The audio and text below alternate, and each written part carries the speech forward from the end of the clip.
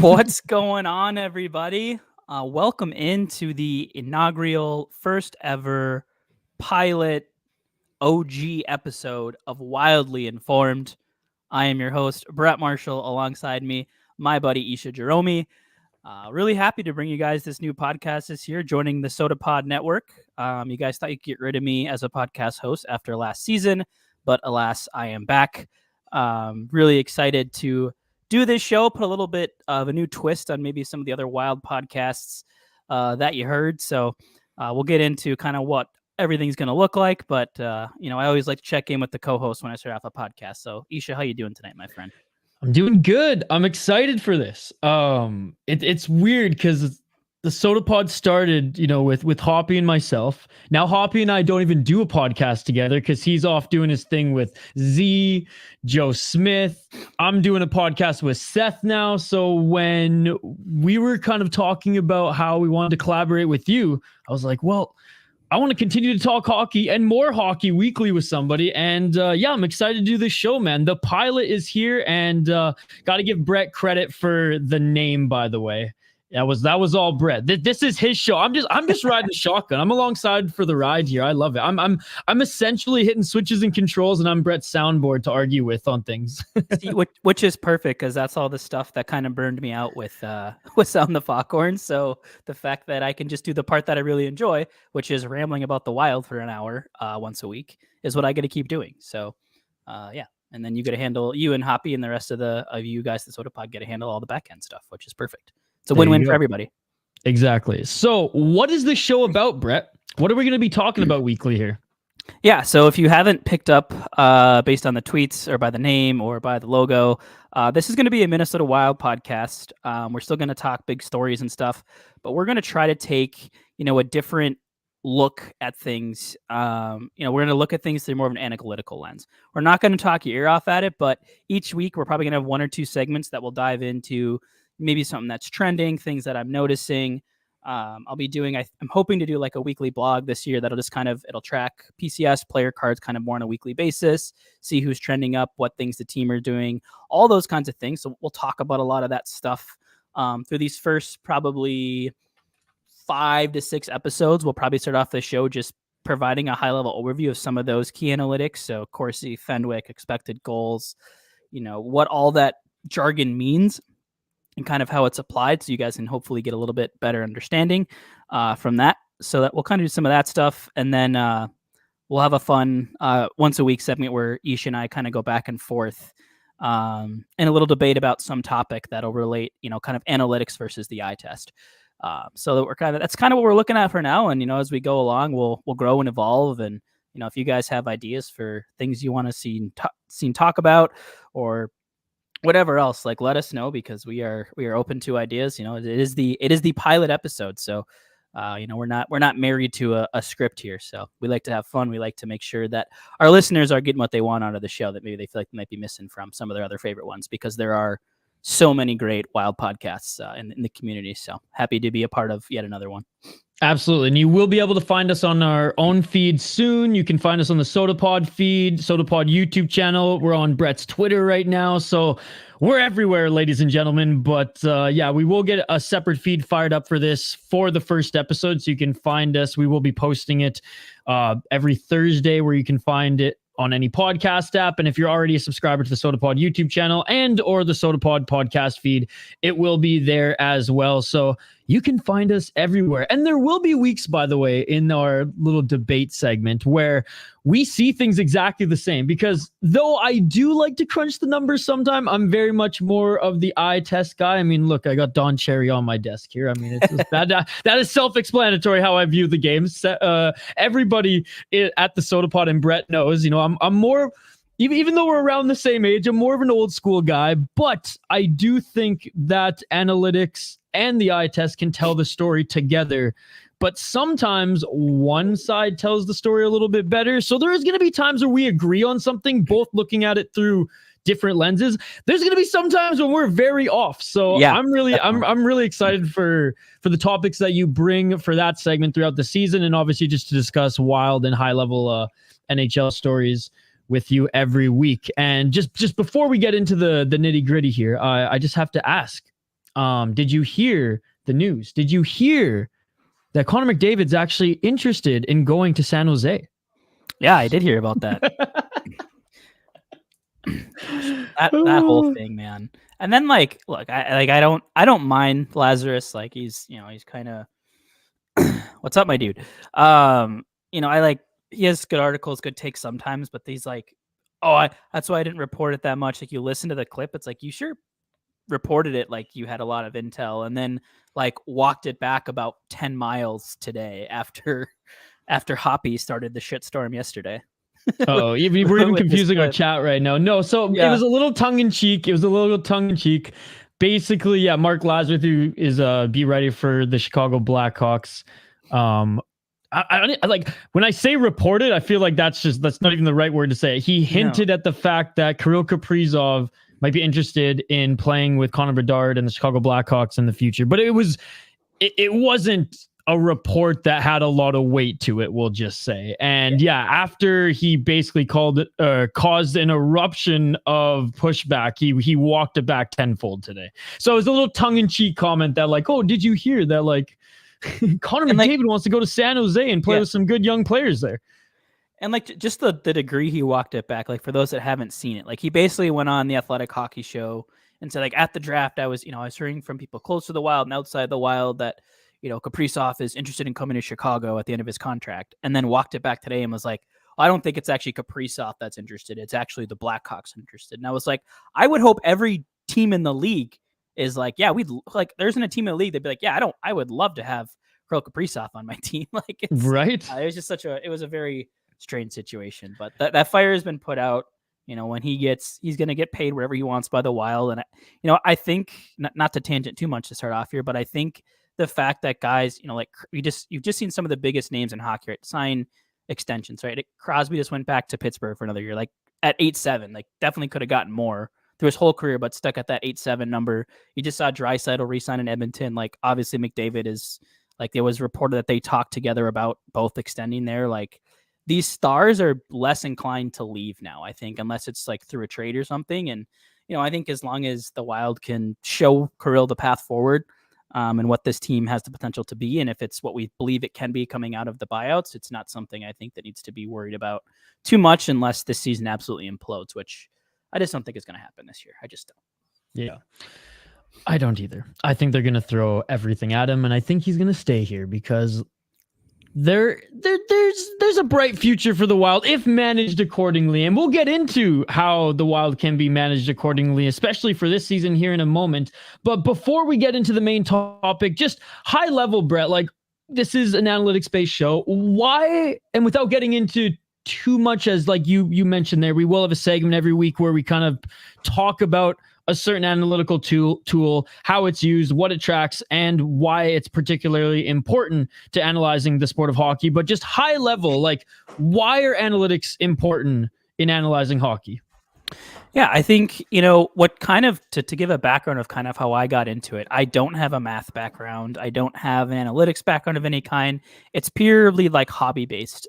What kind of kicked it off was, for those that are new to me or haven't seen me before, like Mikko Koivu, like I might be the biggest Mikko Koivu fan in existence. Like he was like one of the reasons I fell in love with hockey. Like right when I was like, I'm a 96 birthday. So like my earliest memories, like I can remember the Wild opener. Like I was, 4 years old, basically 3.5. Like I can remember the inaugural season. So I grew up with the Wild, and, at the age where you start to kind of find your favorite players, I think it was 2005 when Koivu debuted. Like Koivu became my guy. I don't know what it was. It was probably the hype around him, but I just fell in love with Koivu. Like throughout my entire youth hockey career, I played center. Like I tried to model the two-way game. And, and as I got older, like a lot of people just like, with every star athlete in Minnesota, eventually people get tired of them. Whether, it was a Twins player, Vikings player, Timberwolves player, at every point, like the best players in the franchise have gotten criticized. At the tail end of Koivu's career, like a lot of people just kind of talked about him as being this like middling player, like overrated. And then, Evolving Wild, who were kind of one of the pioneers of the analytics space, started to push out some pro Mikko Koivu agenda stuff with analytics that they were developing with their expected goal models, with their WAR, wins above replacement, which is a huge part of baseball. They took a lot of inspiration from that, brought it to hockey. And what that basically illuminated was that Koivu was one of the best defensive centers of his generation, pretty much Mhm. to Patrice Bergeron. Which I don't think people a lot of times think of Koivu in that light. Like there was probably like if analytics were used during his time the way they are now, he probably would have won one, maybe two Selke trophies. Like that's how dominant he was in his prime. If you look at like the late or the early 20 to mid 2010s, like that's when he was really, really at an elite level. And anyway, like at an elite level, and that's just kind of what kicked my interest. It was like, we need more people to know about this, but it was still like a lot of it was really over my head as to what analytics meant. So I just kind of started to follow some accounts that were tweeting about it, tried to learn about it. And then once I kind of figured out, what it kind of meant, I tried to figure out, okay, how can I take now what I've learned and make that digestible for the rest of the casual hockey fans. Like I come from a hockey background. Like I get hockey. I can think it at probably a higher level than the average fan, but I understand like to grow the game, you have to be able to simplify things, explain things in ways that make sense. So that kind of started the whole player card process where I brought that in and tried to take a lot of that high level, like seemingly complicated information and finding a way to put into one simple number and then make it in a way that a lot of fans can digest it. So, and I think, the reason why this is important is I think it can tell a little bit different story about players than maybe what we see all the time on the ice. Like you can sometimes see what good defense is, but it's sometimes hard to describe. And like, I think that's a big thing analytics does, is it can give us an insight into defensive contributions and those types of things. And just, if a line plays really well, is it because the whole line was playing well, or is it because one player was really driving? Was there something that player was doing? It takes everything kind of that next level. It gives you that next step of kind of like diving deeper into the game. Long-winded answer, but that's where all my fascination comes from. Hey, it's a podcast. We need them long-winded answers. And if you haven't listened to my shows before, this will not be the first time that happens. No, I love it. So a little bit of a tease for next week. We will have an intro video, by the way.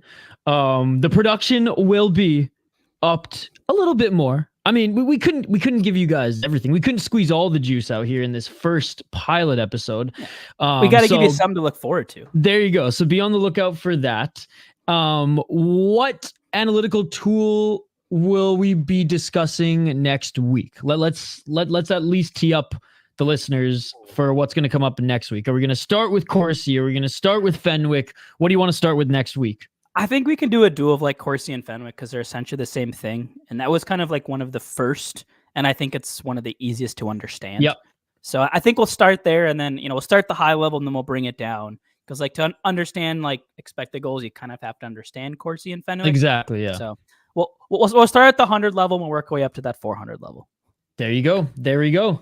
All right. So join us next week, guys, to get a little bit more educated. As we, continue to dive into that, like there's some analytics that like I don't even quite understand yet. And I just kind of brush off and go, I don't need to know this. I kind of know what's going on here. Or I read Brett's player cards, which, by the way, follow Brett on Twitter. And a lot of you guys are watching on Twitter right now. So thank you very much. As throughout the season, Brett does provide player cards weekly, and they're awesome. And there have been times where I've just messaged Brett and be like, what does this mean? And again, he's totally interactive and will help you guys understand anything you need to know in the world of analytics, as well as now this podcast. So there you go. Yeah, no such thing as a stupid question. So I'm on Twitter probably a little too much. There's a good chance that I'll see, like, unless you're being a jackass to me, I'll pretty much respond to you. So and sometimes you'll even bite back at the jackass. I might. I'm trying to let more of that go, but sometimes those Stars or Avs fans they find a way to get under my skin. But speaking of that, I know it was like 2-0 last I saw in that preseason game, but how are they doing? They doing? 2-0 into first. There you go. I mean, good start to the preseason. They made relatively easy work of the Jets, which was nice in their first game. So, I mean, if looking at the lineups for tonight, I fully expected them to lose. So like Dallas rolled out like a good chunk, pretty much an NHL lineup, which was wild. Yeah, and then weird. Exactly. And then the Wild is basically like Rossi, Ogren, Huzendinov, and then a bunch of tweeners, and then Gustafsson, and I think that's it from like NHL type. But Hey, well, if I think Gustafson stands Merrill on was his done head, for. if Gustafson Yeah. stands on his head, then that just makes things a lot more interesting with Right. this 3 goalie Yeah. rotation they got going on. Yeah. I think Merrill was number 1D if that tells you what the blue line was looking like. So, ooh, yeah. That is emotional damage. Yep. By the way, I forgot to tell Brett, if you want any sound bites for the live show, just throw them my way. We got a whole soundboard and everything here. Perfect. I'm sure we'll find some good ones. All right, well, let's get to the second segment here, which you name share the name, because we almost named the show this second segment here, which is my favorite, again, one of my favorite segment names of all time. So in a very unoriginal, we did use puck as a very similar sounding word to another word. The segment we called Puck Your Opinions. And so basically what we'll be doing from this is this is kind of what we teased at the start of the show. So it'll be Ish and I just kind of going head to head on, some sort of topic. And then, he's going to try to maybe come at it from more of the eye test view, and I'll come at it more from the analytics view. We'll debate back and forth. Maybe sometimes it'll elevate to an argument. Could become a heated discussion at some point. You never know. So, but that'll be kind of what we do. And, just kind of take, the biggest headlines or different things, or, if all of a sudden there's a big campaign for so-and-so to be on different lines or different things like that, we'll explain maybe why that should or shouldn't work, or why this guy should be playing and this guy shouldn't, and all that good stuff. So it'll be a good time. I love it. Well, what are we diving into here today? Yeah, so today, I think always one of the most anticipated parts of the preseason, even if you feel like you know what they're going to be, is talking about the lines. We've already seen maybe a pretty decent preview of what these are going to end up being, but I think there's a lot of debate on who should be playing where in certain spots. I think there's kind of like 2 pretty big areas of contention right now, and I think that's the first line center and the second line left winger, and kind of who should be there. So to kind of give an overview, so this is going to be kind of based on a blog that I wrote, pinned on my Twitter if you want to go check that out. Just basically, I dove into the numbers that we had from last year, and some from previous years, just to see what do analytics suggest would create the strongest, most ideal lineup for the Wild. And then I took some of that along with some of my own opinion. It's not purely analytics based. I injected some of my own thoughts, opinions in there, and came up with what I thought to be the best lines. And they were really close on day 1 of training camp to matching them. So my first line was reuniting that line 2 years ago was catching fire. The year Ryan Hartman scored over 30 goals. That's Kaprizov, Hartman, Zuccarello. Line 2, we keep an Eck and Boldy together, and then I would love to see Liam Ogre in there on the left wing. Third line, we're going with Marcus Foligno, Marco Rossi, and Yakov Trenin. And then my fourth line is always going to be probably Huzendinov and Goudreau. And then depending on what you need on a given night, speed versus physicality or offense, Lauko, Johansson, I think to start, I actually go Lauko in that spot with Johansson as my 13th forward. And the D pair is I think this is very not much contested. Brodeen Faber, Middleton, Spurgeon, Chisholm, Bogosian, as long as they're healthy, that's what it's going to be. So as long as Merrill's not on there, we're good to go. Exactly. We can agree on that seamlessly. Yeah. Which I am still convinced that even if someone does get hurt, I could still seeing Damon Hunt being called up to be put in the lineup before Merrill. God, I hope so. Even though Merrill's the 7th, I don't know. I think it's going to take a lot for him to get in the lineup this year. Which is wild given the way that Merrill has played the last couple years. And I mean, and you and I are on the same page in that we think Damon Hunt's ready. And we saw his play last year, and it was okay, yeah, there's still some things to polish, but it's there wasn't a lot of great defensemen for the Iowa Wild back in last year, but a lot it is because it was basically a youth lineup back there. He was the best one. He's already played a couple of years there. And he provided a steadiness, I think, that was needed. Yeah. Totally. And I think that, sure, he can still benefit from developing there, but I think he's ready to take that next step to the National Hockey League and kind of enter his final phase of development in the big show.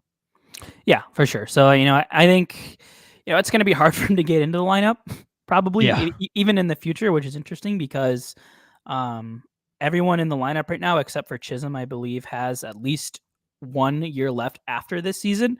And it's, maybe assumed that if all things go well, that maybe Zeev Buium is your third pair lefty as soon as next season. And they could even look to maybe extend Chisholm one more year too, depending on how this season goes. So it's going to be a battle to get in there for him, but I don't think it's a bad thing to have a good defenseman that, even if you're holding him up next year as your seventh, that can come in a pinch or someone's underperforming or sick or hurt. He's a good guy to have. So I'm excited for it to bring. I hope that hopefully Iowa, they added some more veterans and role player types into the lineup this year. So I'm hoping they'll be a little bit better and that can help allow him to maybe be more of a prototypical number one AHL defenseman and kind of help continue to polish some of those NHL skills. Absolutely. Well, since we're on the defensive topic, let's just start with the defense here. Not, as you said, there's not really much to dive into other than you think again that Faber should be on the quarterback in the first power play. Well, see, that's what I don't necessarily think he should be there, but it was reported today by Russo that it sounds like, at least to start the year, that's where he's going to be. I don't think it's necessarily a bad decision. I just kind of assumed that it was going to be Chisholm. I jumped on a podcast.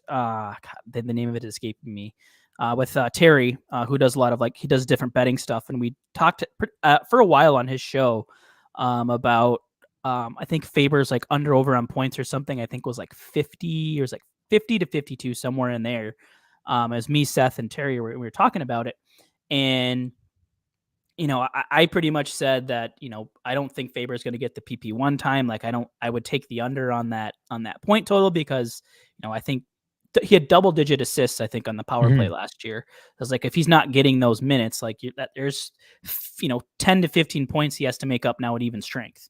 Right. So, and just with Spurgeon coming back, I just didn't think there'd be as much opportunity. I thought that was going to be Chisholm's spot, but it sounds like, at least as of today, Faber was going to be the one probably running that first power play, and Chisholm probably the second unit. So, like I said, I don't think it's a bad thing. I think, it was a position he had never played before last year and kind of got thrown into it. But now I think with, a half of a season of that, 3/4 of a season of that experience under his belt, and off season to go through video to get coached up on it, a preseason to kind of start learning it even more.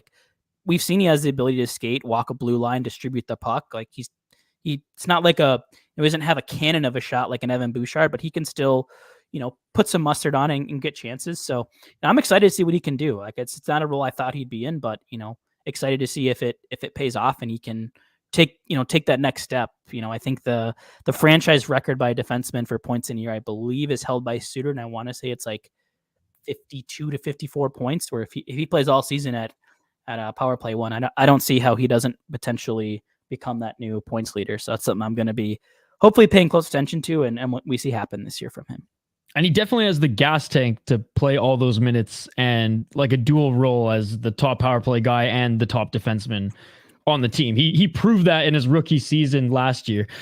Michael Russo and Joe Smith said on Fellowship of the Rink that even if he either falls out of that role or doesn't get it for the whole year, that Wild fans should be prepared for maybe a little bit of a dip in points, just how you mentioned, because some of them will come from, obviously, quarterback in the power play and being involved in that. But he does so much and brings so much to this team and will likely not have a sophomore slump, despite maybe not putting up the exact amount of points as last year as a result of that. And they highlighted the power play, that if he's not getting as much power play time as he did last year or as he's projected to this year, just to keep that in mind and don't freak out. And I'm sure if people start freaking out, Brett and I on this podcast will look at the numbers and be like, don't freak out. He's actually maybe even playing better than he did last year. Right. So calm down. Yeah, that's exactly what I was going to jump to. That's a perfect place to inject of where analytics can come in and tell another side of the story. His production's dip, but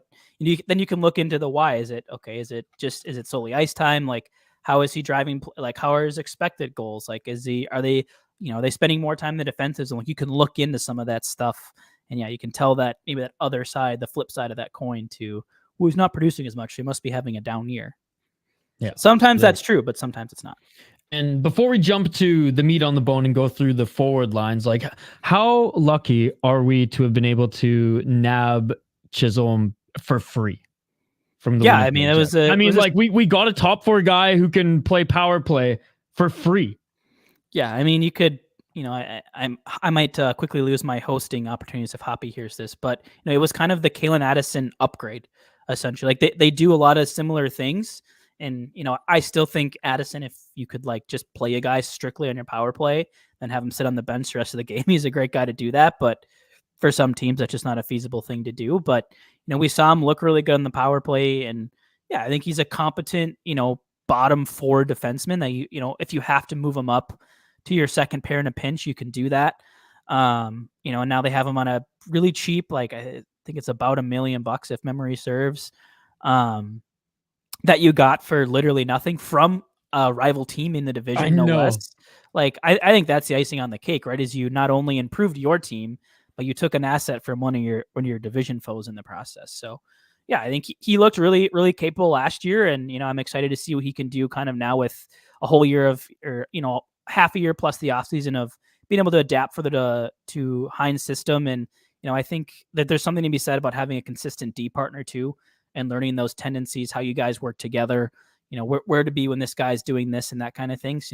Hopefully some stability there playing alongside Bogosian, who's a big physical defenseman. He can be more of that stay-at-home guy, but Bogosian, as we saw last year, like he has offensive flair at times. He's a pretty good skater. Like guy's a former third overall pick. Like yeah, like he was a top guy. He was a top guy when he was younger, right? He's getting up there in age. He's weathered. He's played a pretty rough and tough role for most of his career, and not every hockey player can take that much damage on an 82 game schedule every year and play exactly the same, right? Especially when you're playing defense, arguably the hardest role for a hockey player.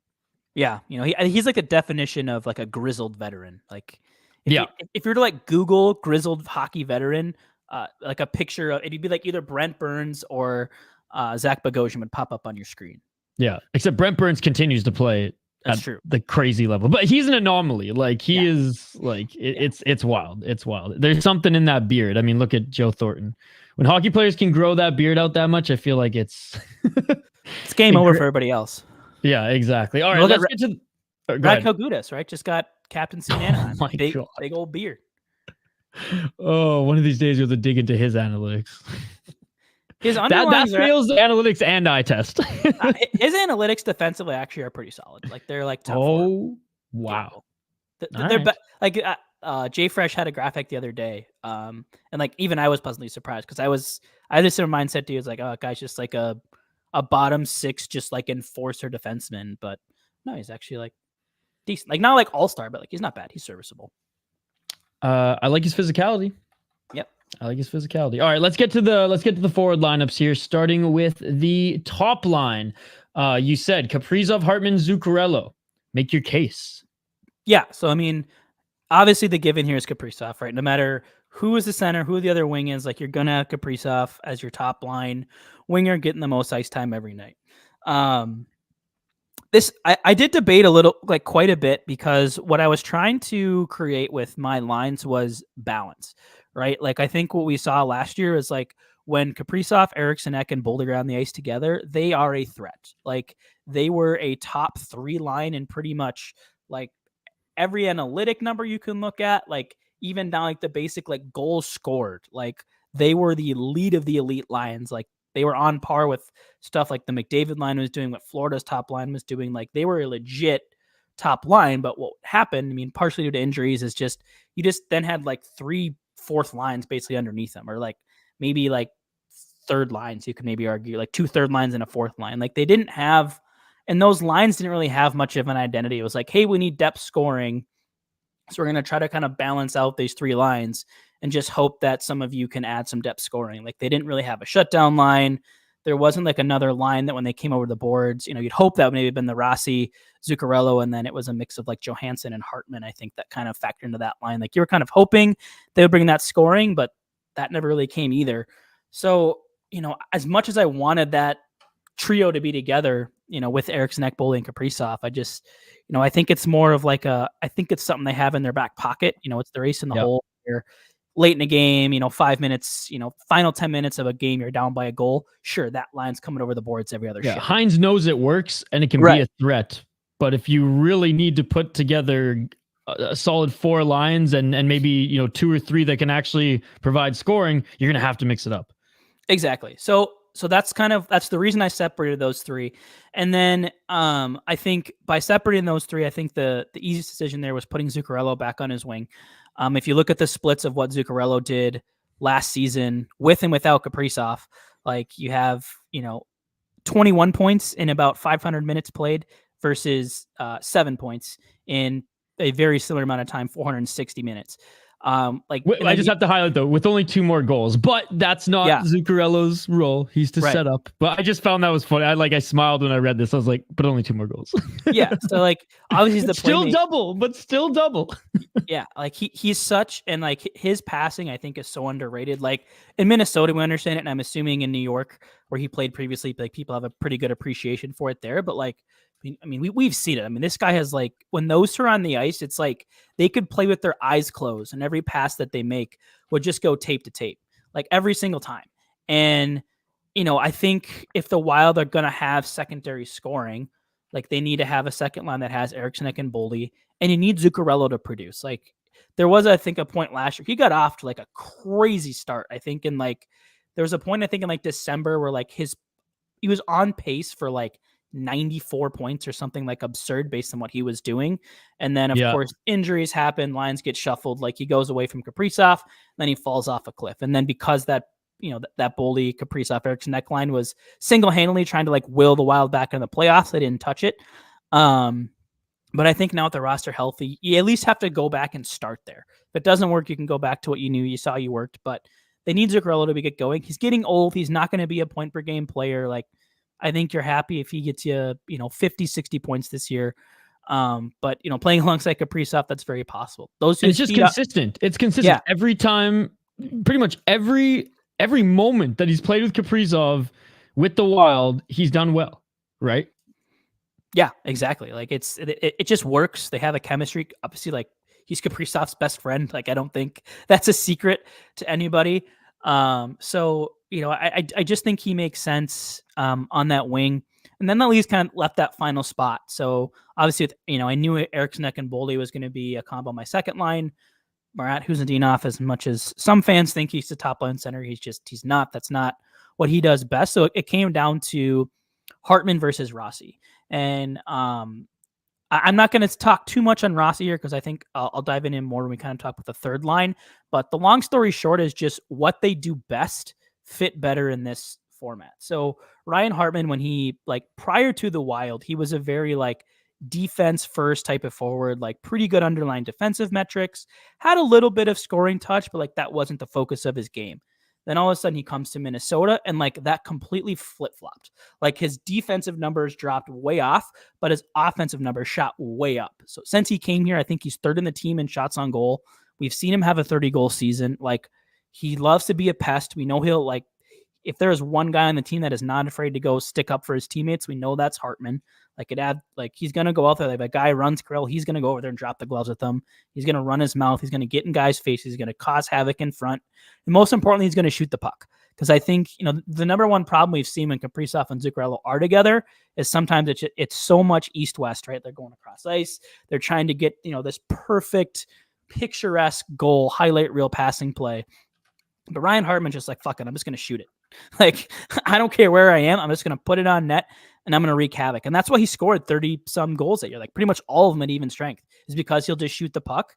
And Kaprizov and Zuccarello, we already talked about Zuccarello's playmaking ability. Kaprizov's no slouch in himself. Also one of the league's elite passers. Yep. More of that dual threat. But having two guys that can feed a guy whose strength is shooting is great. And while I think Rossi can still do that, we saw him score, I think it was 21 last year, a lot of those coming from in that net front area, crashing the net, bringing rebounds, those types of things. There's just the defensive layer of his game to me adds him as a more valuable asset to that third line. And I think helps you achieve what you want with that line more than what Hartman does. Because I think it pulls back a little bit on Hartman's shooting ability when he has to focus maybe a little bit more on that defensive role. So basically, at least at this point, ideally it would be great if Rossi becomes the top center of this team and ends up finding chemistry with Kaprizov and then whoever, eventually replaces Zuccarello, with one of the winger prospects coming up in the system as well. But Yeah, and would I like to see Rossi get a little bit more of an opportunity to shoot and add to his offensive skills and his scoring? Absolutely, and we'll get to that in a little bit here. But no, I agree. That's what I was saying before this. I was like, oh man, we're gonna start the show agreeing with each other, which again, a tease because there's gonna be some episodes where we go head to head for sure. Yeah. So, and then second line, already teased, I talked about before, Eriksson, Boldy, and then Ogren. This ultimately comes down to, I think for me, at least, it's either Ogren or Johansson. Like I have no interest in, Foligno maybe, but I think he's not as much as the offensive threat that he used to be. Maybe he's not as quick anymore. So just that's the biggest thing for me is like he can still skate, but it's just like not at the level that needs to be involved in the play with those guys. And like if Riley Height was 20 years old and not 18 and actually had a shot to make this team, it's either Ogren or Height. Like take your pick of whoever's going to make the team. Yeah. Yeah. And then like Trenton was a guy that you maybe could have put there, but I haven't seen as much of him, but I know he's more of your prototypical bottom six guy, not so much like a top six scoring type of forward. So it ultimately came down to Ogren and Johansson. And, I'm just kind of sick of Johansson at this point. Like, I think we talked about on Sound the Foghorn. Like, it's not that Johansson's bad. Like, it's not like he's out there and he's a liability. Like, he's just he is what he is. He's just he's a mid-level third line player who can bring offense in streaks, except for when it's a contract year, which I'm just saying. Yeah. And like obviously like that Eriksson, Ekbolid, Johansson line, if you look back, was like 2 years ago, like they popped off to finish the year. Like, so we know that's there. Like he is a good skater. He's actually, I think, one of the better players on the team. If you look at like zone entries and stuff, we've seen him, be effective parts of the power play at times. So like I see the value in him. I just don't think there's a role on the team right now that makes sense. That's the thing. I think he gets too much hate from the fans, whereas there's like he should be doing better. It's like, but he's not a top six guy, and he never was. Even with Washington, he never was. He was always on that third line who got easier matchups and could just skate circles around everybody. And when deploying him properly, he's a great piece. Right. But you can't lean on him to be a shutdown guy on the fourth line or a top six guy when he's just not that guy. He is your third liner with an easier matchup who can skate around people who are a little bit slower. Yeah, what's the phrase you're fighting at? Punching above his class or weight class or something? Yeah, exactly. Like that's basically like, but there was a lot of players in that position last year, and basically what we learned is that Johansson can't be that guy. Like maybe for like 1 or 2 games, sure, he can fill in if there's an injury, but yeah, he's enough of a veteran where like he can do that, but like not for 82. Yeah, he's a guy. I think there will be at the deadline if there's sellers for whatever reason, like there will be some contender that we'll add them just as like a depth guy, a third line, secondary scoring piece. Because like if, for some, let's say he does, it looks like he's going to get regular-ish minutes this year, at least to start. He's, he's the one currently penciled in with Eriksson and Boldy, much to my dismay. But, if he ends up this year with like 15 goals and like 25 assists and has like 30 to 40 points, 35, 40 points, like no one's going to be upset with that. No, it's just like, I think there's expectation based on what he did after the deadline when they got him. And like that Boldy line was on like a point per game pace. Like, oh, he might regress like a 60-point player. He's just not that. He's realistically probably a 30 to 40 point guy. But for my lineup, there wasn't a sensible spot. So for me, he's the 13th forward and he earns his way back in the event of an injury, which Matt Boldy, currently dealing with some sort of lower body injury, expected to be ready before the season opener. But if he's not, then Johansson for sure. That's where I would plug him in that situation. But well, talk just a little bit more about like Boldy and X time playing together, because you wrote about that in your blog as well, and how that actually has been absolute fire. Yeah, I think part of these numbers I think you can attribute to the time that they were on that down line with Kaprizov, but like even prior to that, like we have the example of like when it wasn't Kaprizov there and it was Johansson, like these two just work. Like there is, I think like we obviously know Matt Boldy, like he's a guy we rely on to score goals, right? Like I think there's an expectation that he's probably a 40 plus goal scorer if he plays 82 games, if not more. I think Bill Guerin was just on Spit and Chicklets recently and thinks, he has the potential to be a 50-50 guy, which I don't disagree with. Like Matt Boldy, he's very, very talented. And I think kind of in a similar vein to Kevin Fiala, like we've oftentimes focused on the shooting, but like this guy's an elite passer. Like he is, like if you look at like some of the best like dual threat players in the league, like Boldy is way up there. Like Yeah.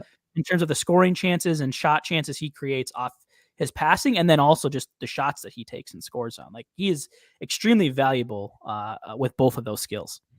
Well, and he's physical. I know, like when he goes on some of his colder streaks, it's not like he doesn't do anything in games. He's making up for it with just smashing guys up against the boards, creating space, and playing a physical game. I wouldn't go as far as to call him like a modern day power forward, but he has that frame where if he's snake bitten one night, he still adds so much to the team, right? It's not like he's a liability from what I saw last year anyways, like ever. Yeah, and I think the other thing you can look at here is, in terms of that reliability, that last category there, that expected goals against per 60 rate, the Wild without Ek and Boldy expected to give about 2.32 goals against per 60 with those two on the ice, 2.12. Like, obviously we know Eriksson Ek's a good defensive forward, but part of the reason Boldy fits in with him is because he's also good at that. Like, just take some time, whether it's in the preseason or first couple of games of the season, watch Matt Boldy's just awareness in the defensive zone. Like, it's very similar to me and kind of like that prime Ryan Suter, where he's not like all over guys stripping pucks away types of things. He's just always in position. He's got an active stick, taking away passing lanes, batting down pucks, like never letting, very rarely getting beat by whoever he's supposed to be covering. It's those subtle little things defensively. And then, you block that off, and all of a sudden you're breaking out and you're going up the ice with the puck the other way.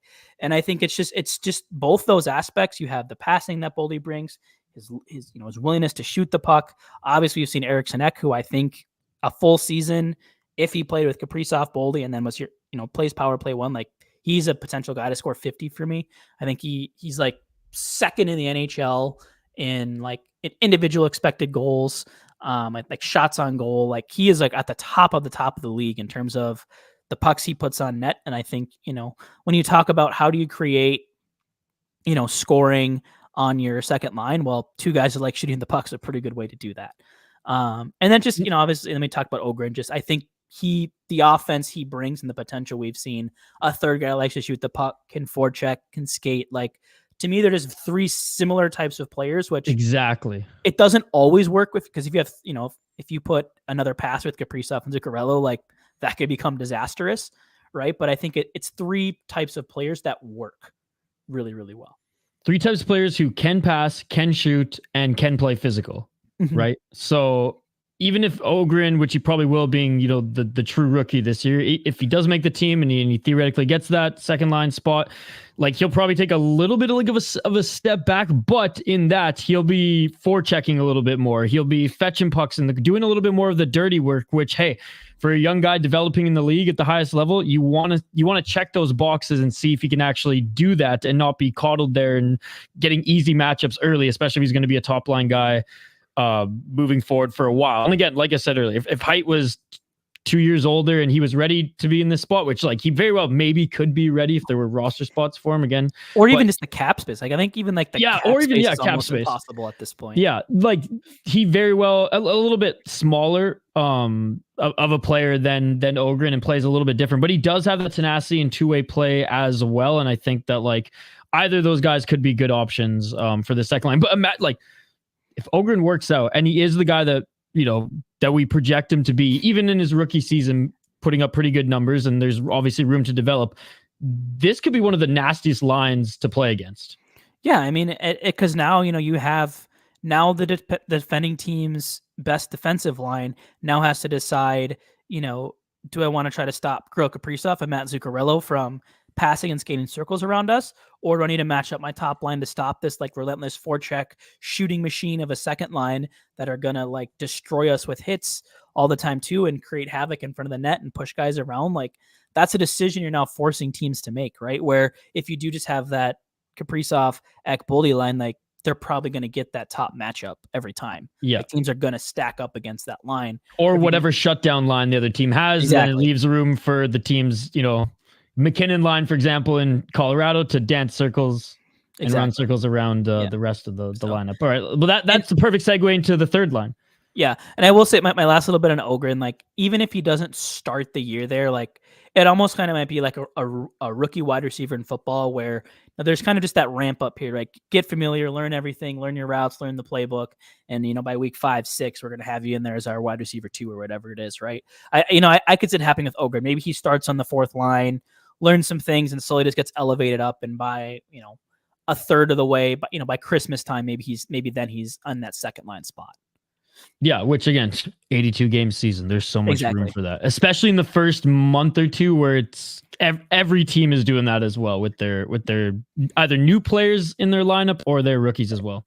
The one thing I hope it doesn't happen is that we see him start in Iowa, but in the back of my mind, I'm not ruling that out as a possibility. The only way I would accept that is if Height makes the team and he has to start in Iowa for cap reasons, and then they trade somebody else, package one of their defensemen in Iowa to sweeten up to get freaking Goudreau off the books, whether it's a Jack Pert or whoever, sweeten up that deal, get Goudreau off the books, and then bring up Ogren and have Huznadinov, Ogren, and Riley Height on the team. But that's wishful thinking.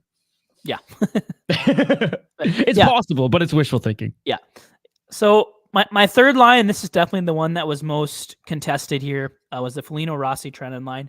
Talked a little bit about Rossi, but to dive into a little bit more, one is like, we talked about Kaprizov and Zuccarello played really good together. We talked about Eck and Boldy playing really well together. A duo that played really well together that people may have forgotten about because it was so early in the season and such a smaller sample was Rossi and Foligno. Like these two together were so defensively dominant.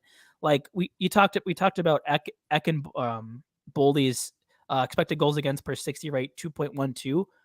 Rossi and Foligno was 1.80, and their actual goals against was like 1.69. Like these are like prime Bergeron type of like defensive numbers that we're talking here. Like we saw how impactful the Grief line was for the Wild when they had Foligno, Eck, and Greenway.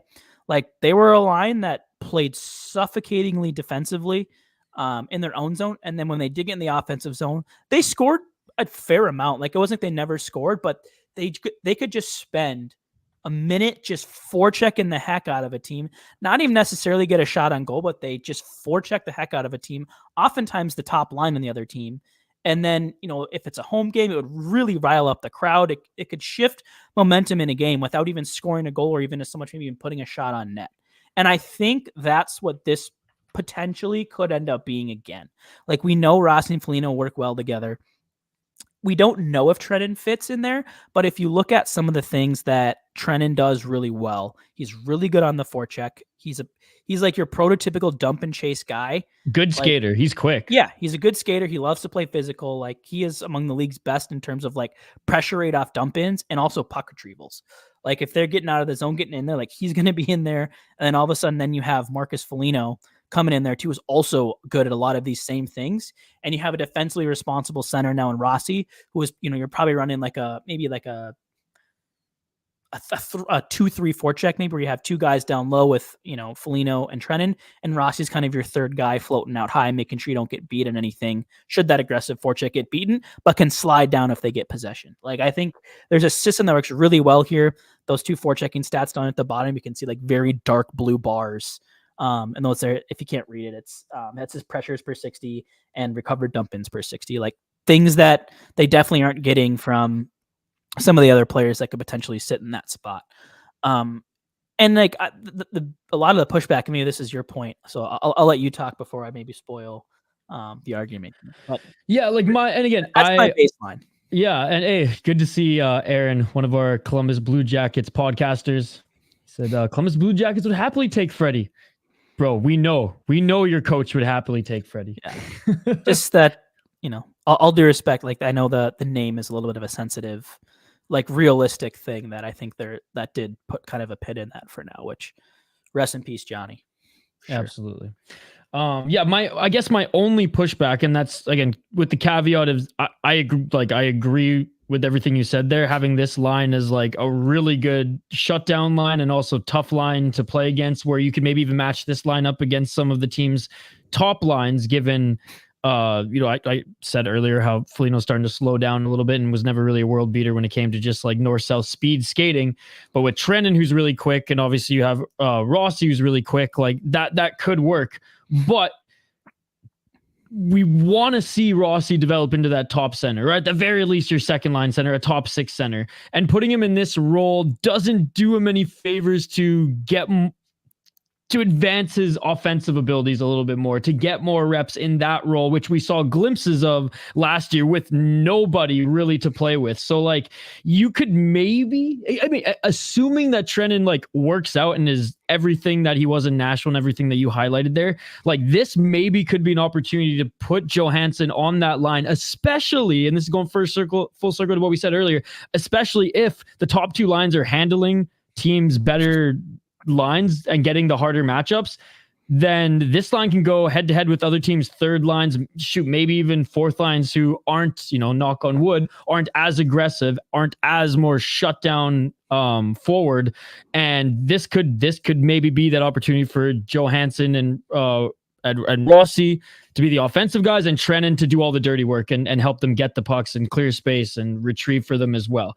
Again, I don't even want to say that that's wishful thinking. I feel like that's also a possibility, but it kind of all depends on how good Foligno is right out of the gate. Is he in a decline? Is he damaged goods at this point, or is he fully healthy and is able to play as good as he did at the start of last season? And on the other end, is Johansson going to be a little bit less streaky and play like Johansson does in contract years? So like there's obviously question marks, but I would be totally fine to see Johansson on that third line alongside Rossi and Trennan to see how that works as well, because I think you get a little bit of the best of both worlds there. We're still Trennan offering everything that he does, and maybe, and Rossi's still going to play kind of that two-way game, but have the ability to, with Johansson, to be able to have a little bit more offensive freedom. Yeah, for sure. I mean, I think that it changes the identity of what that line is a little bit. I think you go from more of your prototypical checking third line. Sorry, I've watched a lot of football in the past couple of weeks. Where I think if you had Johansson there and sub out Foligno, maybe now it's a little bit more of like a scoring third line. But the other like big pushback, I mean, we alluded to it a little bit off the hop, was, we want Rossi to score. Like, we want Rossi to be a top six center. Like, he's not going to score on the third line.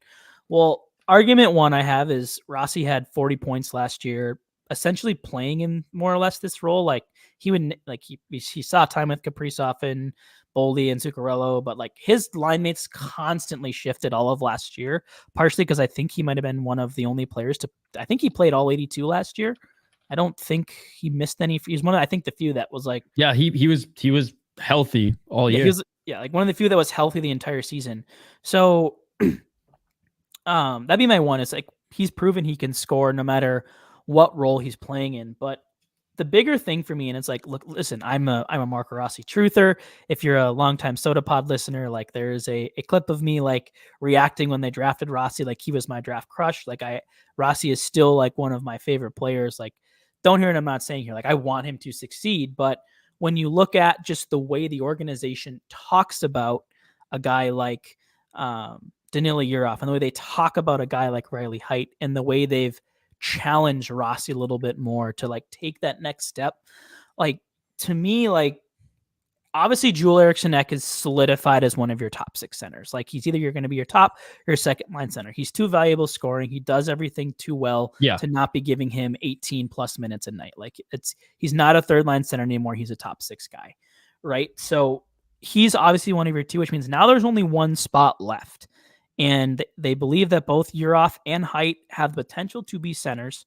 At the very least, they think they can be top six guys. So, yeah, you can take a Zuccarello out of the equation. You can take a Johansson out of the equation, but those spots might mentally already be filled in by the Wild. So where does that leave Rossi, right? Like, maybe maybe if he does play with Kaprizov a whole year, maybe we see him take that huge next step where he was that elite playmaking junior center that he was in the Q or the O. And Height could very well play a similar game on the wing, right? Yeah. Whereas Yurov, I think the brass and everyone who's watched this game and the writers and everyone are like, okay, well, they're more keen on him being center, where height, it's kind of could be the center, but we wouldn't hate him on the wing either. Exactly, and Yeah. he doesn't care either. He'll do his thing in either position. So to me, that means you're top, and then you add Kaprizov in there, Boldy, like they're your, and then you have Ogren presumably in that mix too. Like there's your top 6. It's filled out. But I think Marco Rossi, he's shown he can play other roles, right? Like we saw last year, he had good underlying numbers. Like he was one of the most consistent defensive centers the Wild had across the entire season. At times, like even a little bit better than Eck, like far better than Hartman. Like he still has great value as a guy that can fill up and down your lineup. Like to me, a Stanley Cup contending team has a guy like Marco Rossi as the third line center. And if there is this belief that, you know, we think it's going to be your offer height that can fill in that other center spot, you know, next to Eck in the top 6, like why not see if Rossi can take this shutdown role while still being able to bring value offensively, just maybe in a little bit different way. Like I think it's a good thing to test, see what you have. And if it's not that, then now now you have another year, you bridge him for 2 years. Okay, now is he our top 6 guy? Is this a guy we look to trade and fill a need elsewhere? Like I think that's the stuff they need to figure out still, but that was another big consideration problem to have if that's the case, though, right? Because a problem we've never had. We've never had too many top 6 centers. I'd love to have that problem, which is why I'm a big proponent of not trading him. Well, and speaking of just like depth on center, then like how lucky are the Wild to have Kuznetsov as their fourth line center, who very well could be a third line center anywhere else. Mm-hmm. Yeah, for sure. I think, he's going to do a lot of things. I think he's just going to become a likable player for just the way he plays. And I think, if you've listened to Spokesy, I'm sure he's talked at length, but like Kuznetsov's just kind of a psychopath on the ice. Like he's insanely fast, probably like the fastest skater on the team. Like he can pick everyone's pocket. Like it's wild. They don't even see it coming. And he's and suddenly the puck's gone and he's just smiling at you with that shit-eating grin, being like, I got you. Yeah. And he's not like a big guy or anything, but he's not afraid to like get it on the forecheck, play physical. Like I think he's going to do a lot of block shots. God, he's kind of like a Connor Dewar, Brandon Duhaime. If you kind of rolled him into kind of one player a little bit, and then maybe added like another layer of offense to that. Like with some more skill for sure. Yeah, like he's just speedy. He's kind of nasty. He's just like a little pit bull on the corner. Right? I just think he's going to do a lot of things people like. And it looks like he's going to get some pretty big PK responsibilities off the hop as well. That's awesome. That's really cool to see. And, I think if he develops into a really good bottom 6 forward that you can bump up and down the lineup in a pinch, like you're really happy with that in the, the second round, like you're getting a really quality player there. So now just at the left of the wings, I went Freddie Gaudreau here because as much as I complain about Freddie Gaudreau, like if Freddie Gaudreau is playing on your fourth line at whatever, $2 million, that's fine. That's where he belongs. Like we've seen Freddie has some pretty good defensive numbers. He's still a good skater. He obviously has the shootout value that we've seen. He's a wizard in the shootout. So if you get in that situation, he's a guy you could potentially lean on there. He can slide to the middle. He's been, I think, basically since he's been here, the Wild's best faceoff guy. That's a pretty low bar, but he's consistently been above, I think, 50%. I think he's been like 51-ish on his draws. So, it's a guy that you can rely on to do that stuff. So, like, he's a good, and I think he's a pretty well-liked guy in the locker room, too. Like, he's a pretty respected player, I believe. So, like, I think there are things that he brings that are perfect for a guy in a fourth-line role, just not a guy that should be higher up in your lineup unless you're, like, extremely desperate for, like, 2 games. But, so that's why I penciled him in here. He's a guy that can play center or wing. I just thought the things he does well are a little bit better than the things that Johansson did well. And then obviously that means the last spot goes to Jacob Lauko. I loved that trade that the Wild made at the draft. You traded fourth liners to do different things. Obviously Lettieri is more of a little bit more of like the scoring type of fourth line guy, which I don't think the fourth lines have to do a lot of that. Where Lauko is more of a typical, like also another guy adds a ton of speed, but he's physical, right? Like he likes to get in your face. I think he had a pretty big fight with somebody last year on the Wild. I can't remember who. It might have been Dewar. I think those two got into it once. Like he's a guy that'll drop the mitts and play physical, and I think also a guy they think can maybe help a little bit on penalty kill and stuff too. So and he's young, 24. Yeah, like a young player. Like there's a low risk investment. So I just think you get some guy, a little bit of speed, a little bit of skill, some defense, like just well-rounded players. Like not elite in anything, but not deficient in anything. Just give you some stability. Like to me, the fourth line has a good game if they don't get scored on. Like that's a good game for your fourth line. Yeah, and like you said, with a sprinkle of offense there from Kuznetsov, and I mean Gaudreau's shown that like there's a little bit of that to his game. Like, dude, the way that these 4 lines are set up that we presented, like this is a tough team to play against.